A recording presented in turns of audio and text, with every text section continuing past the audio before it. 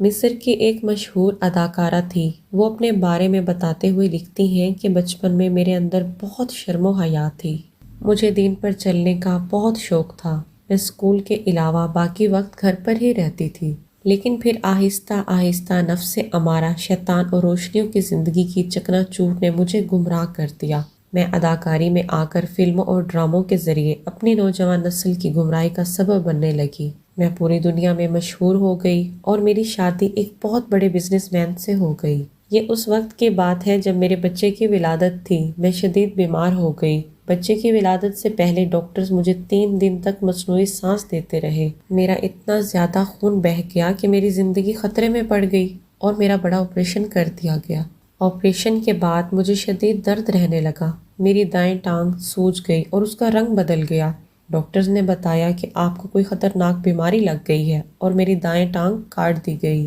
اس وقت مجھے میرے ضمیر نے جھنجھوڑا کہ اللہ پاک تم سے ناراض ہے اور اس وقت تک تمہیں شفا نہیں دے گا جب تک تم اداکاری نہ چھوڑ دو، کیونکہ تم اس کے ذریعے لوگوں میں بے حیائی پھیلا رہی ہو اور یہ حرام ہے، لیکن تمہیں شیطان اور نفس نے اس پر لگایا ہوا ہے۔ یہ سوچ کر میں گھبرا گئی، کیونکہ میں اداکاری سے عشق کرتی تھی۔ میں سمجھتی تھی کہ اداکاری کے بغیر میں جی نہیں سکوں گی۔ بہرحال تھوڑی بہتری آئی اور میں گھر آ گئی۔ جب میں بالکل تندرست ہو گئی تو میں نے مصنوعی ٹانگ لگوائی اور پھر سے اداکاری شروع کر دی، مگر یہ بیماری میری بائیں ٹانگ میں منتقل ہو گئی اور میری حالت مزید خراب ہو گئی۔ ڈاکٹرز نے کافی علاج کیا، لیکن بیماری شدید سے شدید تر ہوتی گئی۔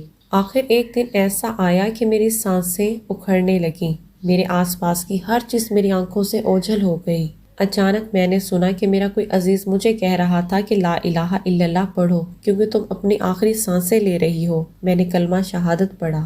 اس وقت مجھے میرے ضمیر نے کہا کہ اب تو جلد ہی قبر میں اترے گی، پھر تو اپنے اللہ پاک کا سامنا کرے گی، جبکہ تو نے اس کے احکامات کو توڑا۔ تو نے اپنی زندگی بے حیائی اور گناہوں میں گزار دی۔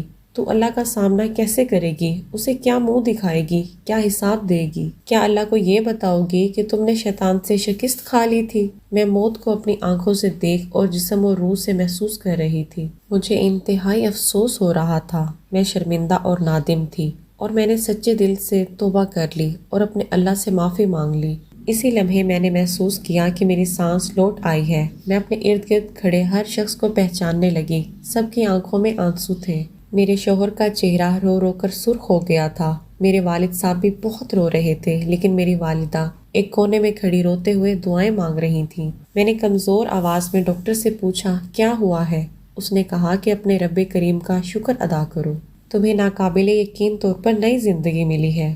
میں نے آنکھیں بند کر لیں اور آس پاس سے غافل ہو کر سوچنے لگی کہ یہ زندگی کتنی مختصر ہے، پھر بھی ہم اسے گناہوں میں بسر کر دیتے ہیں۔ میں نے طے کر لیا کہ اب ہر کام اللہ کی مرضی کے مطابق کروں گی اور اپنے رب کریم کو کبھی ناراض نہیں کروں گی۔ اس طرح میں اپنے رب کی طرف لوٹ آئی۔ میں نے اداکاری چھوڑ دی، پردہ کرنے لگی، اپنے شوہر اور بچوں کو وقت دینے لگی۔ تب مجھے احساس ہوا کہ ہمارے میڈیا نے عورت کو ایک ایسی سستی گڑیا اور کھلونا بنا دیا ہے جس سے شہوت پرست اور گمراہ لوگ کھیلتے ہیں۔ میری اداکاری چھوڑنے کا فیصلہ ان جنس کے تاجروں کو بالکل اچھا نہ لگا۔ انہوں نے مجھے پاگل پن کا طعنہ دیا۔ وہ کہنے لگے کہ بیماری نے اسے معذور کر دیا ہے، جس کی وجہ سے اس نے اداکاری چھوڑ دی ہے۔ میں بڑی حیران ہوئی۔ فلمی دنیا میرے اس فیصلے کے سامنے 2 حصوں میں بٹ گئی۔ کچھ نے مجھے مبارکباد دی، جبکہ بعض نے مجھے پاگل ہونے کا طعنہ دیا۔ اگر گناہوں کی زندگی کو چھوڑ کر اپنے رب کی طرف لوٹ جانا پاگل پن ہے، تو میں دل و جان سے اقرار کرتی ہوں کہ ہاں، میں بالکل پاگل ہوں، اور میں آپ سمیت ساری دنیا کو اس پاگل پن کی دعوت دیتی ہوں جسے میں نے اپنایا ہے۔